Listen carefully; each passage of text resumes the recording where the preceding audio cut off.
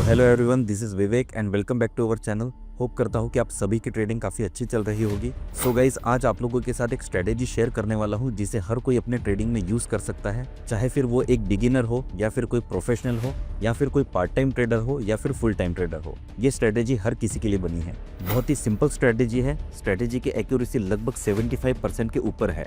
और स्ट्रेटेजी की खास बात यह है कि अगर आप एक वर्किंग पीपल भी हैं तो भी आप इस स्ट्रेटेजी को यूज़ कर सकते हैं, क्योंकि इस स्ट्रेटेजी को डिप्लॉय करने के लिए आपको ज़्यादा से ज़्यादा 10 से 15 मिनट ही मार्केट को देने होंगे और कैपिटल भी बहुत ज़्यादा यूज़ नहीं होने वाला है। ज़्यादा से ज़्यादा 20 से 25 हज़ार में भी आपका काम बन जाएगा। अब एंट्री कैसे लेनी है, टारगेट कैसे प्लेस करना है, स्टॉप लॉस क्या होना चाहिए, ये हर चीज़ आपको पूरे डिटेल में बताऊंगा। तो चलिए सीधा स्क्रीन पर चलते हैं और स्ट्रेटेजी को समझते हैं। सो गाइज, अभी हम लोग स्क्रीन पर आ चुके हैं। सबसे पहले मैं निफ्टी का ग्राफ ओपन कर देता हूँ। चलिए इसे फुल स्क्रीन कर देते हैं।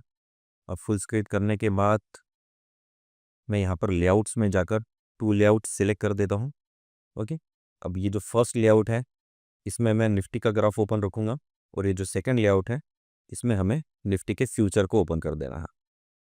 निफ्टी फ्यूचर, जो भी करंट फ्यूचर चल रहा है उसका ग्राफ हमें ओपन करना है। टाइम फ्रेम हम लोग रख देते हैं 15 मिनट्स का।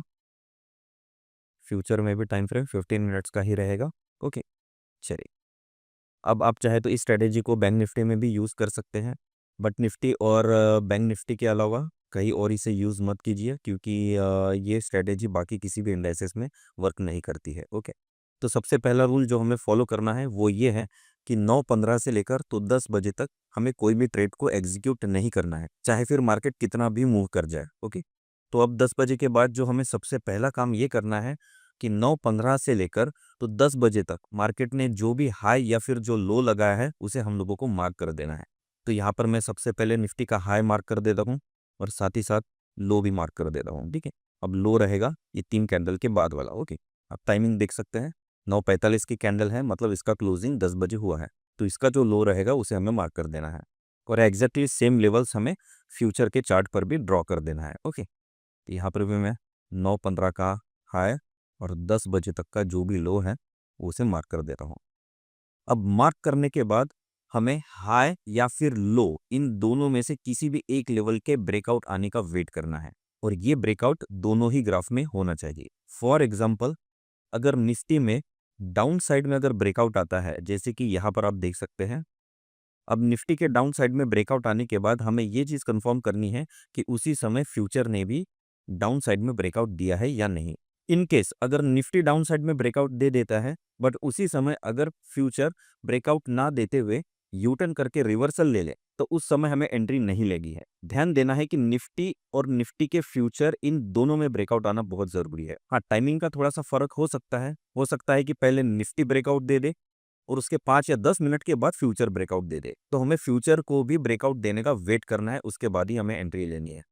अगर दोनों ग्राफ के ऊपर डाउन साइड में ब्रेकआउट आता है तो उस समय हमें इन दी मनी का पुट ऑप्शन को बाय करना है। ओके, और पुट ऑप्शन वही बाय करना है जिसका डेल्टा 70 हो। अब 70 डेल्टा वाली ही स्ट्राइक प्राइस हमें क्यों बाय करना है, इसके ऊपर मैंने पूरा एक फुल डिटेल में वीडियो बनाया है। आई बटन पर क्लिक करके आप वीडियो देख सकते हैं या फिर आपको डिस्क्रिप्शन में भी लिंक मिल जाएगी। बट ये चीज़ आपको बहुत स्ट्रिक्टली फॉलो करनी है। इन दी मनी का ही आपको कॉल या फिर पुट को बाय करना है जिसका डेल्टा 70 हो। इनकेस अगर निफ्टी 10 बजे तक का हाई को अगर ब्रेक कर देता है और उसी समय फ्यूचर में भी ब्रेकआउट आता है तो उस समय हम लोग इन दी मनी का पर ऑप्शन बाय करेंगे। सिंपल है, डाउन साइड में ब्रेकआउट आएगा तो पी बाय करना है, अप साइड में ब्रेकआउट आएगा तो हमें कॉल ऑप्शन को बाय करना है। अब बात कर लेते हैं हम लोग स्टॉप लॉस और टारगेट की। ओके, स्टॉप लॉस और टारगेट डिसाइड करने के लिए हमें फिबोनाची टूल का यूज करना है। तो यहाँ पर मैं फिबोनाची टूल को मैं ड्रॉ कर देता हूँ। अगर डाउन साइड में अगर ब्रेकआउट आता है तो हमें लो से लेकर तो हाई तक फीबो को ड्रॉ कर देना है और फीबो की सेटिंग्स में जाकर हमें 0, 0.5, 1 और 1.5 को ही सिलेक्ट रखना है। बाकी सभी को मैं यहाँ पर डी सिलेक्ट कर देता हूँ। ओके, चलिए इसे डी सिलेक्ट कर देते हैं। ठीक, अब आप देख सकते हैं 0, 0.5, 1 और यहाँ पर हम लोग देख लेते हैं 1.5 कहाँ पर है। अगर आपको यहाँ पर कहीं 1.5 नज़र नहीं आता है तो आप किसी भी बॉक्स में जाकर मैनुअली पैरामीटर्स डालकर ओके कर सकते हैं। ओके, बस ध्यान रहे ये 4 ही वैल्यू हम लोगों को सिलेक्ट रखनी है। ओके, अब ओके क्लिक कर देते हैं। ठीक है, अब यहाँ पर देखिए सिर्फ 4 वैल्यू आप लोगों को नज़र आ रही होगी। अब एग्जैक्टली यही फीवो हम लोगों को फ्यूचर के ग्राफ पर भी ड्रॉ कर देना है। एक बार अगर आपने सेटिंग्स कर दी तो उसे वापस से आपको एडिट करने की ज़रूरत नहीं है। यहाँ पर हमें फीबो को डाउन से लेकर तो अप तक ड्रॉ कर देना है। ओके, अभी डाउन से लेकर तो मैं हाई तक क्यों ड्रॉ कर रहा हूँ, क्योंकि ब्रेकआउट डाउन साइड में आया है। इनकेस अगर ब्रेकआउट अगर अप साइड में अगर आता है तो मैं फीबो को ऊपर से लेके तो नीचे तक ड्रॉ करूंगा। तो अब हमारा स्टॉप लॉस और टारगेट क्या रहेगा, तो ये जो 0.5 वाला जो आप लोगों को लेवल नजर आ रहा है, ये हम लोगों का स्टॉप लॉस रहेगा, और ये जो 1.5 वाला जो लेवल है ये हमारा टारगेट रहेगा। तो जैसे ही चार्ट पर 10 बजे का लो ब्रेक हो जाता है, हमें इन दी मनी का पुट ऑप्शन बाय करना है। बस ध्यान रहे आपको स्टॉप लॉस निफ्टी और निफ्टी के फ्यूचर पर ही डिसाइड करना है। इट मीन्स हमें स्टॉप लॉस को मैनुअल प्लेस करना है, हम उसे ऑर्डर बुक में प्लेस नहीं करेंगे। अगर ब्रेकआउट आने के बाद निफ्टी में अगर रिवर्सल आ जाता है और निफ्टी के फ्यूचर में 0.5 का लेवल प्राइस टच कर देता है, तो वो हम लोगों का स्टॉप लॉस रहेगा। मीन्स उस समय हम लोग अपने पुट ऑप्शन से मैनुअल एग्जिट कर देंगे।